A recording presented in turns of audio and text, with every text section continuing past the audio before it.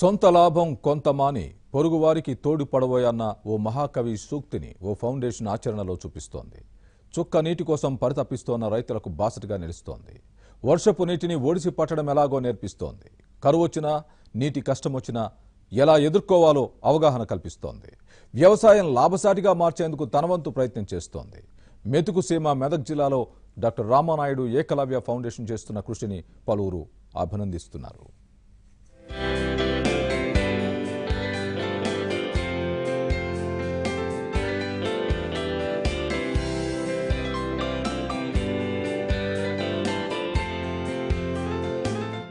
తెలుగు రాష్ట్రాల్లో రైతులకు ప్రధాన సమస్య నీరు.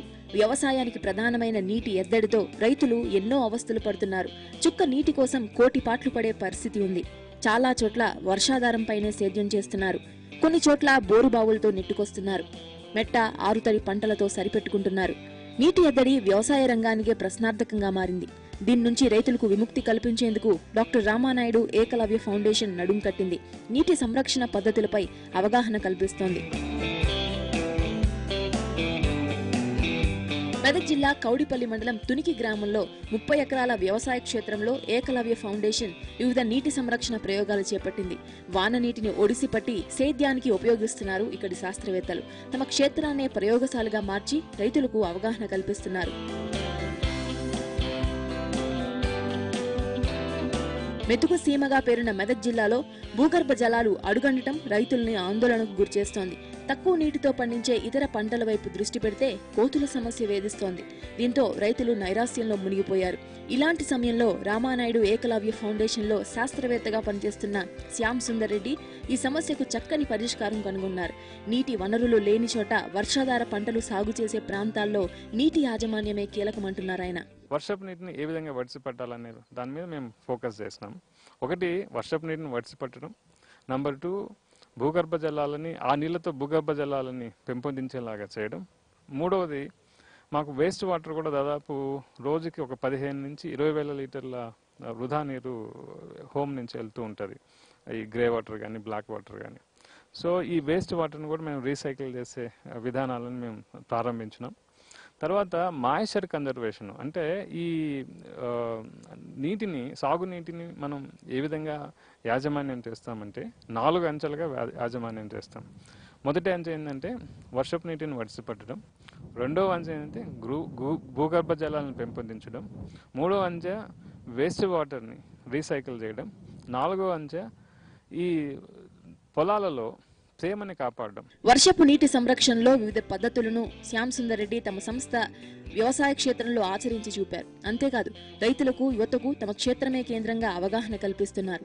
సాగునీటి సంరక్షణను 5 రకాలుగా విభజించి రైతులు వాటిని పాటించేలా ప్రోత్సహిస్తున్నారు. ఈ రసాయనిక ఎరువులు వేస్తున్నాం.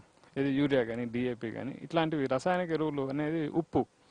ఆ ఉప్పు నేల మీద చల్లడం వల్ల ఇప్పుడు మనం కూడా ఉప్పు తిన్నప్పుడు ఏమవుతుంది, దాహం వేస్తుంది బాగా.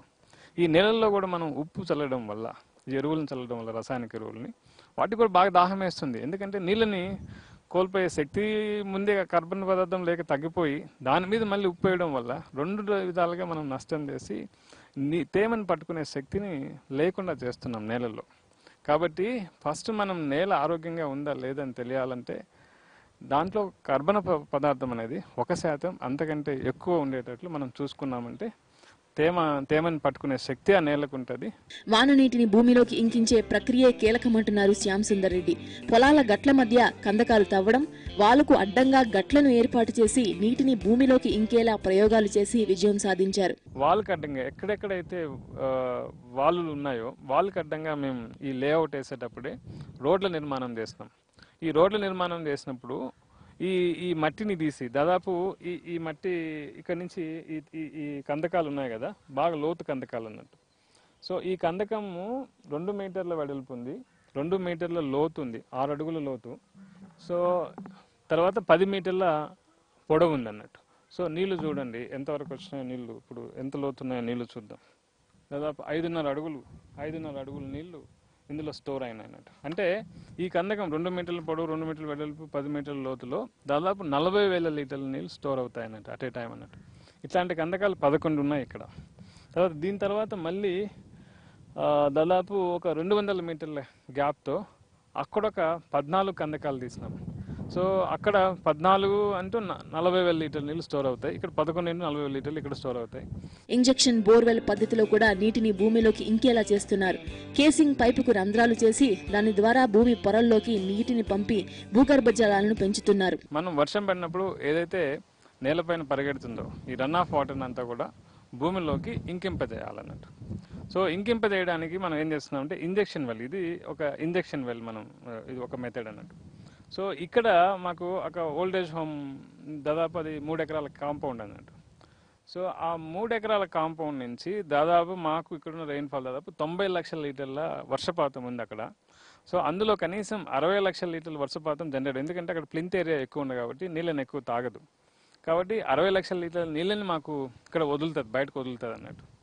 దాదాపు ఒక సెకండ్కి మనం నీళ్లు బయటికి 6 ఇంచుల పైపు నీళ్లు కొట్టిందనుకో సెకండ్కి 6 లీటర్ నీళ్లు బయటికి తోస్తుంది, అది ప్రెషర్ మీద. అదే తీసుకునేదైతే నీళ్లు 6 లీటర్ల కంటే తక్కువే తీసుకుంటే 4 లీటర్లు తీసుకుందాం అనుకున్నాం అనుకోండి. సో 4 లీటర్లు లోపలికి తీసుకుంటే ఒక గంటకి దాదాపు 14,400 లీటర్లు మాత్రమే తీసుకోగలదు ఇది ఒక గంటకి. వర్షం ఒక గంట హెవీ రెయిన్ పడ్డదంటే దాదాపు 2 లక్షల లీటర్ల రన్ ఆఫ్ జనరేట్ చేసి ఆ నీళ్లు బయటకు వెళ్ళిపోయేటు అన్నట్టు. సో దానికి ఏం చేసినామంటే ఆ నీళ్ళని ఆపగలిగే బఫరింగ్ పాండ్ ఒకటి ఉండాలా అని మాకు అనిపించింది అన్నట్టు. సో అప్పుడు ఆ నీళ్ళన్నింటిని కూడా ఇక్కడికి డైవర్ట్ చేసి ఇక్కడ ఒక పాండ్ క్రియేట్ చేసినాం, బఫరింగ్ పాండ్. మురికి నీటిని శుద్ధి చేయడం ద్వారా నీటిని సంరక్షించవచ్చని ఆయన వివరిస్తున్నారు. వేస్ట్ వాటర్ ను వివిధ రకాల మొక్కలతో శుద్ధి జలంగా మార్చి పంటలకు వినియోగించవచ్చని ప్రయోగాత్మకంగా నిరూపించారు. సో ఈ ఓల్డ్ ఏజ్ టైంలో దాదాపు ఒక 35 మంది ఇన్మేట్స్ ఉన్నారు, ఒక 10-15 మంది ఎంప్లాయీస్ ఉన్నారు. మా కేవీకేలో కూడా మేము ఒక 20 మంది స్టాఫ్ ఉన్నాం అన్నట్టు. సో మొత్తం ఒక 60-70 మంది ఇన్మేట్స్ ఉంటారు. సో వీళ్ళందరూ వాడే వాటర్ దాదాపు 20,000 లీటర్ల వాటర్ ఇప్పుడు కన్జ్యూమ్ చేస్తున్నారు. సో ఆ నీళ్ళన్నీ కూడా ఈ అవుట్లెట్ ద్వారా వస్తాయి అన్నట్టు. ఇక్కడ గ్రే వాటర్, బ్లాక్ వాటర్ కలిసి ఉన్నాయి, ఇక్కడ 2 వాటర్ కలిసి ఉన్నాయి. కానీ దీనికోసం మేమేంటంటే ఒక ఫైటో రెమిడియేషన్ సిస్టమ్, అంటే రీడ్ బెడ్ సిస్టమ్ అంటాము. ఈ ఫైటో రెమిడియేషన్ సిస్టమ్ ఏంటంటే కొన్ని విశిష్టమైన మొక్కలు, అంటే జంబుగడ్డి లాంటివి కానీ, మన రబ్బర్ చెట్లు అంటారు కదా, బేషరం, ఈ చెట్లని అన్నట్టు, అంటే లొట్టపీచు.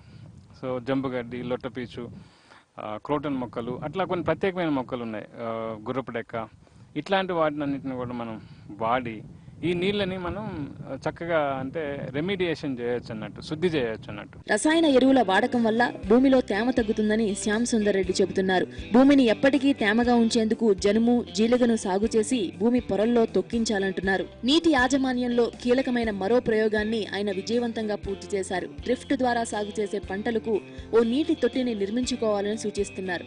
వాటర్ ట్యాంక్ నిర్మించడం ద్వారా నీటి ఆదాతో పాటు మొక్కలకు సమాన స్థాయిలో నీరు అందే అవకాశం ఉంటుందని చెప్పారు. ఎక్కడైతే భూగర్భ జలాల మీద ఆధారపడి మనం వ్యవసాయం చేస్తున్నామో ఇలాంటి సంపు మనం ఒకటి కన్స్ట్రక్ట్ చేసుకున్నామంటే ఈ సంపులో కలెక్ట్ చేసుకున్న నీళ్ళన్నిటిని కూడా ఇక్కడ నుంచి మనం మళ్ళీ డ్రిప్ ఇరిగేషన్ ద్వారా కానీ స్ప్రింక్లర్స్ ద్వారా కానీ డిస్ట్రిబ్యూట్ చేసుకోవచ్చు.